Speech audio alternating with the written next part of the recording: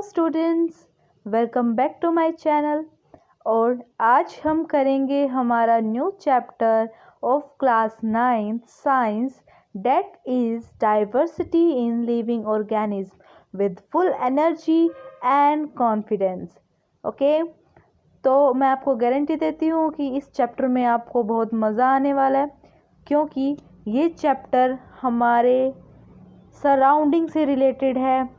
ठीक है, डाइवर्सिटी से रिलेटेड है। तो आपने पहले इसके बारे में नहीं पढ़ा है, तो कुछ नई चीज़ें आएगी, बड़ा ही मज़ा आने वाला है। तो चलिए स्टार्ट करते हैं हम। Let's go students. ओके, सब किसी भी चैप्टर को शुरू करने से पहले हमें इस चैप्टर का नाम पता होना चाहिए, नाम का मतलब भी पता होना चाहिए। तो यहाँ पे देख लेते हैं इसके नाम का मतलब क्या है। Diversity, what is diversity students? Diversity का मतलब होता है कि देखिए, हमारी जो अर्थ है वो फुल ऑफ ऑर्गेनिज्म से मिलकर बनी हुई है। अलग अलग तरह के ऑर्गेनिजम्स रहते हैं, बटरफ्लाई, ओके, कुछ इंसेक्ट्स हैं, और आपको जैसे डॉग्स वगैरह देखने को मिल जाते हैं, कैट्स हैं, काउज हैं, ह्यूमन बीइंग्स हैं, डिफरेंट डिफरेंट टाइप के ऑर्गेनिज्म है। इतने ऑर्गेनिज्म है, मिलियंस ट्रिलियंस, इतने सारे ऑर्गेनिजम्स हैं। तो जो ये अर्थ है वो इतने सारे ऑर्गेनिज्म से मिलकर बनी हुई है।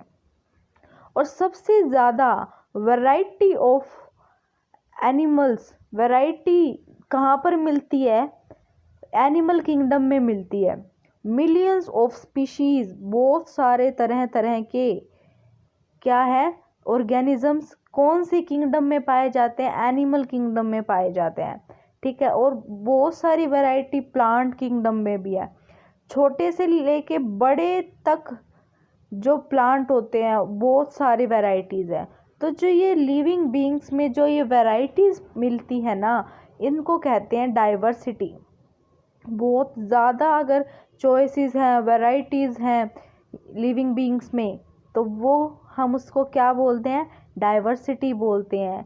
कि इतने बड़े लेवल पर ये इतने जो लिविंग ऑर्गेनिज्म वो डाइवर्स लेवल पर क्या है, फैले हुए हैं। बहुत सारे टाइप्स हैं, अलग अलग शेप हैं, अलग अलग साइज हैं, राइट। तो डाइवर्सिटी ये होता है। बायोडाइवर्सिटी, एनिमल्स और प्लांट की जब हम बात करते हैं एक गिवन जियोग्राफिकल एरिया के बारे में, उसके अंदर उसे बोलते हैं बायोडाइवर्सिटी। मतलब आपको कोई एक गिवन जियोग्राफिकल एरिया दे दिया गया है, उसमें कितने तरह के एनिमल्स हैं, कितने तरह के प्लांट्स हैं, उनके बारे में जब हम पढ़ते हैं, तो उनके बारे में हम जब देखते हैं उसकी वैरायटीज़ के लिए, तो उसको क्या बोलते हैं? बायोडाइवर्सिटी बोलते हैं।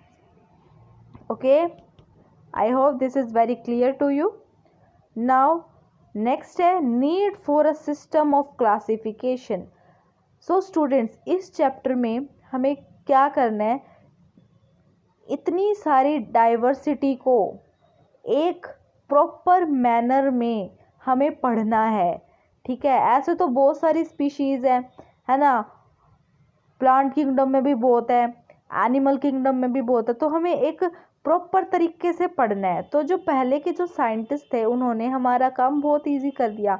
उन्होंने पहले ही हमें एक प्रॉपर मैनर में एक डेटा बनाकर दे दिया, जिन्हें हम अच्छी तरह से स्टडी कर सकते हैं। ठीक है, ज़रूर। और उन्होंने ये इसलिए किया ताकि हमें आगे उनके बारे में स्टडी करना क्या हो जाए, ईजी हो जाए। तो यही लिखा हुआ है कि need for a system of classification. Classification करने की ज़रूरत क्यों पड़ी? मतलब उनको इतनी बड़ी जो डाइवर्सिटी थी, उनको एक प्रॉपर मैनर में उनको लाने की ज़रूरत क्यों पड़ी? तो देखते हैं, इसमें लिखा हुआ है कि because of huge diversity in living beings it becomes very difficult task to study each of them one by one. It means कि इतनी ज़्यादा डाइवर्सिटी होने के कारण हर एक को पढ़ना, हर एक के बारे में स्टडी करना बहुत मुश्किल होता है। देखिए, इतने सारे हैं। अब आपको कोई भी कह देगा कि देखो ये जो बटरफ्लाई, इसके बारे में बताओ, फिर कहेगा दूसरे इंसेक्ट के बारे में बताओ, तो आप क्या उनको हर एक को थोड़ी ना स्टडी करने के लिए बैठोगे। बहुत सारे हैं जो एनिमल्स की वैरायटीज़ बहुत सारी हैं। अगर हमने एक प्रॉपर सीरीज़ में हमने पढ़ा है तो हम उनको अलग अलग ग्रुप्स में बांट देंगे और कहेंगे कि इस ग्रुप के जो भी लिविंग बींग्स हैं वो ऐसे कुछ कैरेक्टर्स शो करते हैं, ठीक है। उन्हें ऐसे एक डेफिनेट पैटर्न में पढ़ना ज़्यादा इजी होता है एज़ कम्पेयर टू उन्हें 1 बाय 1 पढ़ना, ठीक है। उनकी स्टडी को ईजियर बनाने के लिए हमने उन्हें ग्रुप्स में और सब ग्रुप्स में बांट दिया है। इसीलिए ये जो सिस्टम है क्लासिफिकेशन का, ये क्या हुआ है, शुरू हुआ है। Okay, I hope this is very clear to you. अब हम पढ़ते हैं अपने नेक्स्ट टॉपिक की तरफ। तो देखिए बच्चों,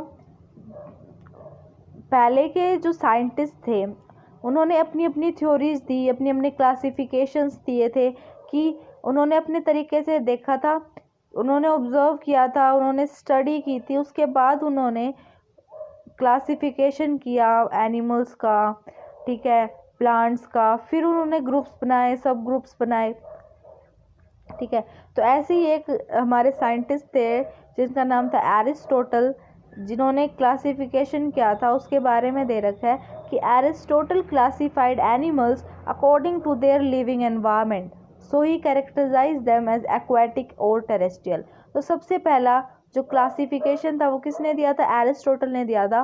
और उन्होंने किस बेसिस पे क्लासिफाइड किया था एनिमल्स को, कि वो रहते कहाँ पे हैं, लिविंग एनवायरनमेंट का, उनका एनवायरनमेंट कैसा है रहने का। तो उन्होंने 2 भागों में बांट दिया कि कुछ एनिमल्स एक्वेटिक है और कुछ टेरेस्ट्रियल है, मतलब जो लैंड पे रहते हैं। तो 2 पार्ट्स में डिवाइड हो गए on the basis of environment, living environment की वो कहाँ पर रह रहे हैं। तो एक तो हो गए पानी में रहने वाले एनिमल्स और दूसरे हो गए लैंड पे रहने वाले एनिमल्स। लेकिन इसका जो कुछ एरिस्टोटल क्लासिफिकेशन का एक ड्रॉबैक था, क्या था, कि both in sea as well as on land we can find animals and plants. Moreover, there are very small animals like seahorse along with the animals like whale. So this was not a good basis of classification. इसमें पता है क्या दे रखा है कि उसने ये कह तो दिया कि कुछ एनिमल्स पानी में भी रहते हैं, कुछ एनिमल्स बाहर रहते हैं, लैंड पे रहते हैं। उन एनिमल्स का क्या जो पानी में भी रहते हैं और बाहर भी रहते हैं, यानी दोनों जगह। आपने सुना होगा फ्रॉग के बारे में। फ्रॉग जो है वो एग ले करता है पानी में, ठीक है, और फिर बाहर रह के रहता है, ठीक है, टेरेस्ट्रियल है। तो वो एम्फीबिया हो गया, मतलब जो रिप्रोडक्शन के लिए पानी पर डिपेंड कर रहे हैं। तो वो तो दोनों जगह रहते हैं ना। तो आप किस में रखोगे उनको, आपने तो कह दिया एक्वेटिक है और टेरेस्ट्रियल है। तो जो दोनों जगह पर रहते हैं उनको आप किस में रखोगे, ठीक है। जैसे यहाँ पे एनिमल्स कुछ हैं, जो सी हॉर्सेस हैं वो पानी में रहते हैं और बहुत बड़े जो हैं वो भी पानी में रह रहे हैं। तो आप उसको कैसे डिफ्रेंशिएट करोगे। तो ये एक अच्छा बेसिस ऑफ क्लासिफिकेशन नहीं था। ओके, तो कुछ और साइंटिस्ट आए, उन्होंने अलग अलग चीज़ों के बेसिस पे अपने अपने क्लासिफिकेशंस दिए। तो हम उसे पढ़ेंगे कि बेसिस ऑफ क्लासिफिकेशन का फर्स्ट बेस है कि हमने ऑर्गेनिजम्स को 2 पार्ट्स में डिवाइड किया on the basis of nucleus in cells. मतलब हमने प्रोकैरियोट्स एंड यूकैरियोट्स में डिवाइड किया, ठीक है, ऑर्गेनिजम्स को on the basis of absence और प्रेजेंस ऑफ न्यूक्लियस, कि न्यूक्लियस किस में है और किस में नहीं है। तो प्रोकैरियोट्स कौन से होते हैं जिसमें वेल डिफाइंड न्यूक्लियस नहीं होता, ठीक है। आपने पढ़ रखा है सेल वाले चैप्टर में, ठीक है, प्रोकैरियोट्स एंड यूकैरियोट्स के बारे में। और यूकैरियोट्स कौन से होते हैं जिनमें वेल डिफाइंड न्यूक्लियस होता है, मतलब न्यूक्लियर मेम्ब्रेन होता है वहाँ पे, ठीक है। ये तो हो गया न्यूक्लियस के बेसिस पे। सेकंड था number of cells in an organisms, कि एक ऑर्गेनिज्म है उसमें कितने सेल्स हैं, यूनिसेलुलर है जिसमें एक ही सेल होता है, या फिर मल्टी सेलुलर है जिसमें बहुत सारे सेल होते हैं, ठीक है। तो इसमें लिख रखा है यूनिसेलुलर वो होते हैं the organisms having single cell, जिसमें एक ही सेल का ऑर्गेनिज्म हो, ठीक है, और उसी में ही सारे लाइफ के फंक्शंस उसके चल रहे हैं। और मल्टी सेलुलर में क्या होता है कि बहुत सारे सेल से मिलकर बना होता है वो ऑर्गेनिजम्स, और उसमें डिवीज़न ऑफ लेबर होता है। डिवीज़न ऑफ लेबर का मतलब क्या होता है कि वहाँ पे काम बटा होता है कि इन सेल्स को ये काम करना है, इन सेल्स को ये काम करना है, तो वो मल्टी सेलुलर ऑर्गेनिजम्स हो जाते हैं, ठीक है। तो इन्होंने ऑर्गेनिज्म को इस बेसिस पे बांट रखा है, नंबर ऑफ सेल्स के बेसिस पे, कि कितने टाइप के होते हैं, यूनिसेलुलर होते हैं और मल्टी सेलुलर होते हैं। ओके, नेक्स्ट है मोड ऑफ न्यूट्रिशन के बेसिस पे कि वो खाते क्या है, हर्ब्स खाते हैं, वो खाते क्या है, खुद अपना खाना बनाते हैं या फिर दूसरों का खाना बनाया हुआ खाते हैं, ऑटोट्रोफ्स है या फिर हेट्रोट्रोफ्स है, ठीक है। Organism producing their own food, जो ऑर्गेनिज्म अपना खाना खुद बनाते हैं वो ऑटोट्रोफ्स होते हैं। जैसे जितने भी ग्रीन प्लांट्स हैं वो सारे क्या हैं, ऑटोट्रोफ्स हैं, वो खुद बनाते हैं अपना खाना।